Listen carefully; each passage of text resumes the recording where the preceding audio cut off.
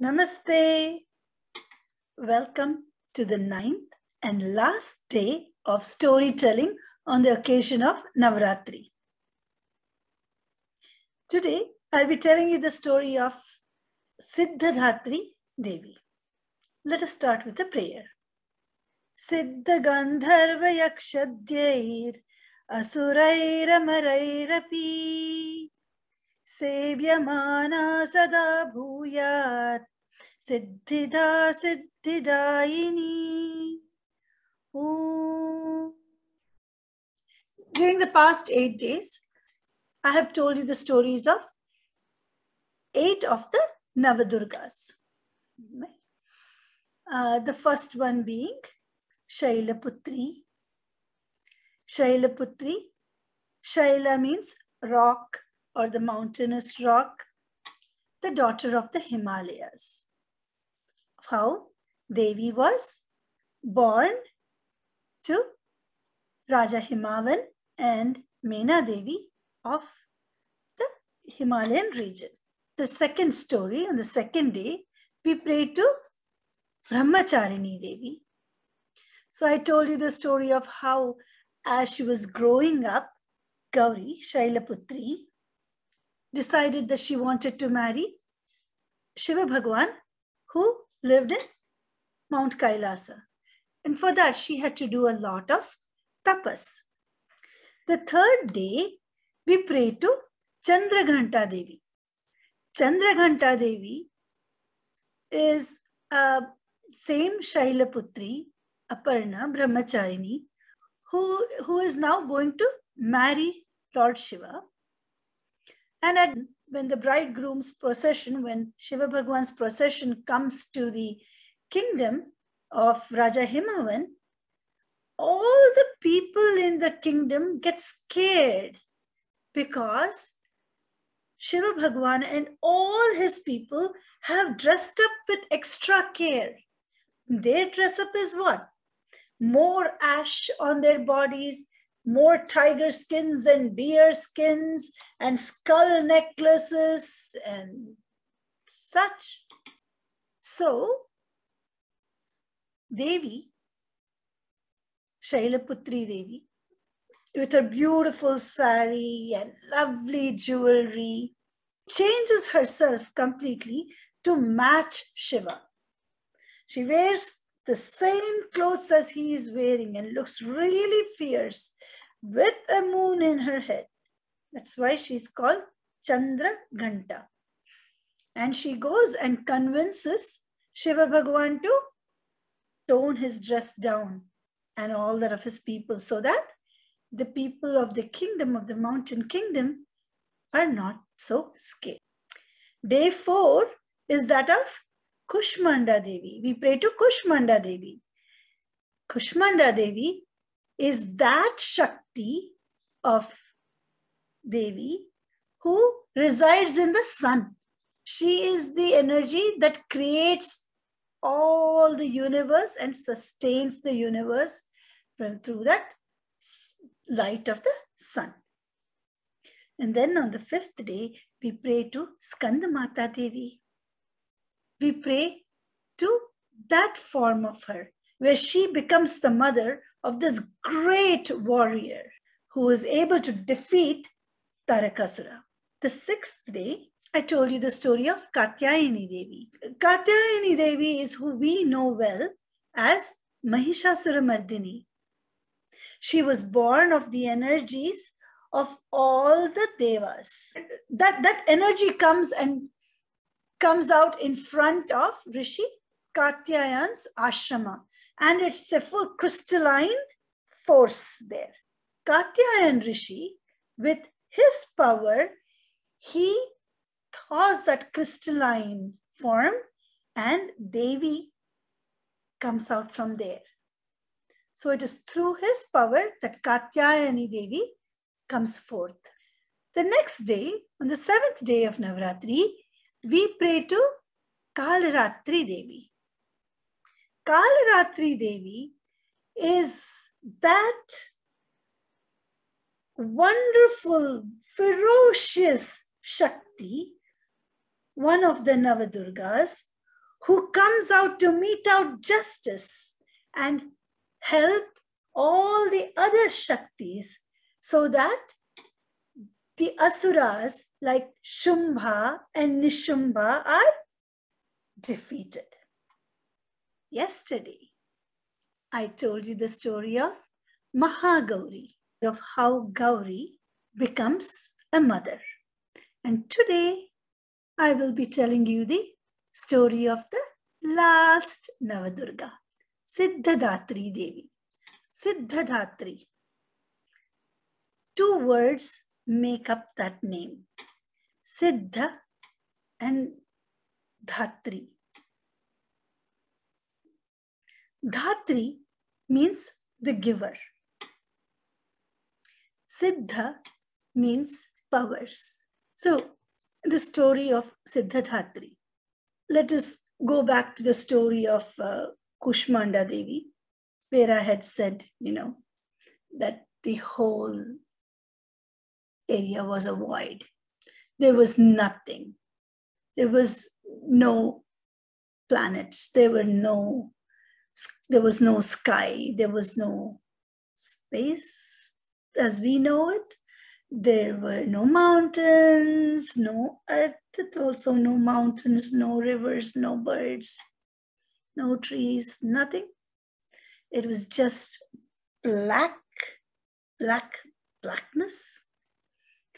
a void, emptiness, empty blackness. Because the world had just ended and we were in another cycle. These things happen in cycles. And there was this flash of light, a thin streak just flashed by. This light is said to be always there. This light started spreading as it flashed. See, when it is really, really dark and you put a tiny candle, you have just lit this candle with the tiny little light, and you just put it in this total darkness, and the brightness just starts growing until you can see things. First, you can just see shadows. After that, you can see things, right?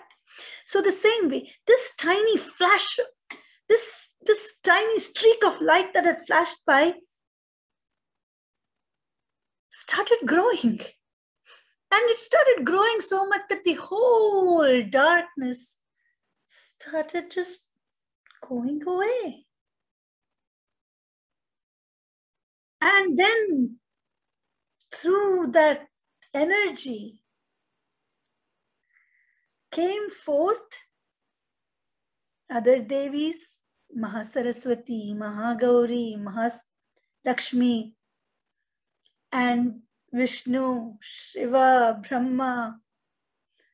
And then Devi comes to them and explains who she is. And she says, light, Shakti, is always there. It is always present. And whenever you need it, that Shakti will come to help you. The Devas look at her and are so much in awe. Say, Mata, Mother, you are the reason for our existence. But it is very, very difficult for us to understand you if I can't see you. So could you please always be in our presence in some form? And that's when she would have come as Devi Siddhadhatri. She would have come as Durga, Mata, Devi. And the story is given in real detail in the Devi Mahatmyam. When she has come as this Siddhadhatri Devi, she's given that name Siddhadhatri because she gives some powers to the Devas. She gives them 8 powers. Ashta Siddhi. She gives them 8 Siddhis, powers. And what are those powers?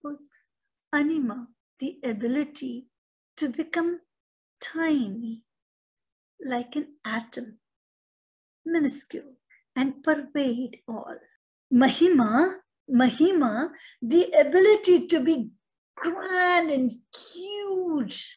Garima, the ability to be heavy, weighty. Laghima, the ability to be weightless.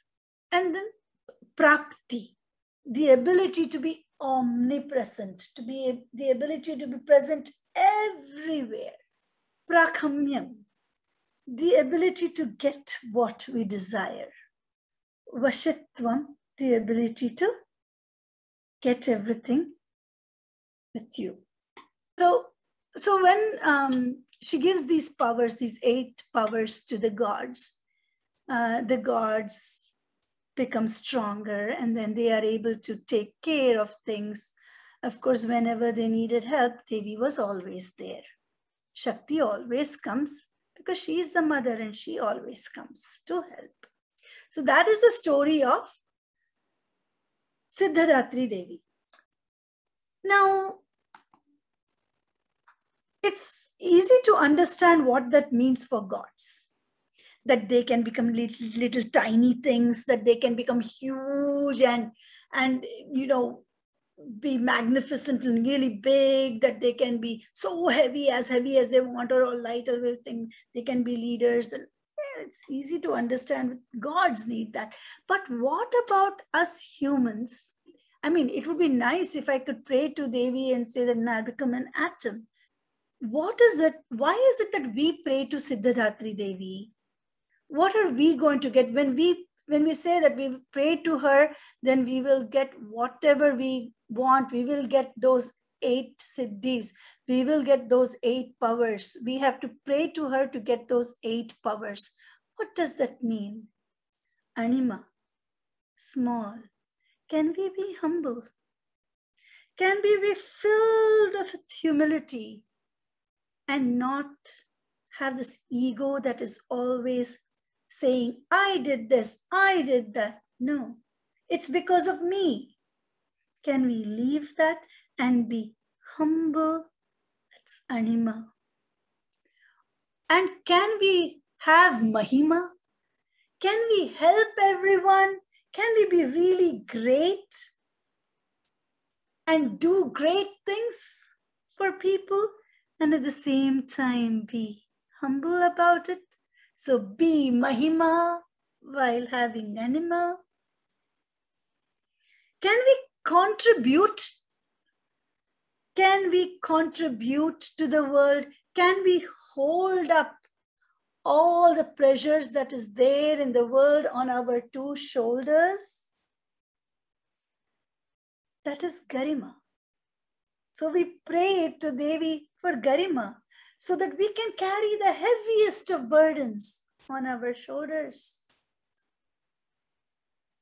and do great things while leaving our ego. Can we carry these burdens while doing great things and leaving our ego in an efficient way? Can we do that? That is laghima. Can we gain? Can we gain the things that we want? Can we be everywhere? Can we reach everywhere? In all the directions that we want to go? Can we? That is prapti. Can we do that in an efficient manner while we carry all the burdens and help with humility? Can we do that? We pray and ask for that. Can we get what we desire? Can we get what we desire while we are going everywhere into all the places? Prakamya, can we get all that we desire by prapti, by going everywhere and being just economical while we carry all the burdens and help people with less ego, we pray for Prakhamyam. When we have all this, then we are leaders. Ishitvam. We are leaders. We are the rulers. Can we bring everything in our control? Can we control all? Can we be responsible? Can we now shine with that leadership while we are getting what we desire as we go everywhere in all directions, helping people, carrying this heavy burdens without any ego? Will we not then get all the love of everyone around us? Will we not get the love of everyone around us if we are these people, if we are such a person who desires to help and go everywhere, carries all the burdens efficiently with no ego? Can we be such perfect beings? That is what we pray for. And when we pray with full focus to Siddhadhatri Devi, she definitely gives us those Ashtasiddhis. So that is the story of Siddhadhatri Devi. I hope you liked it. It is this is the Devi that we pray to during all the 9 days of Navratri.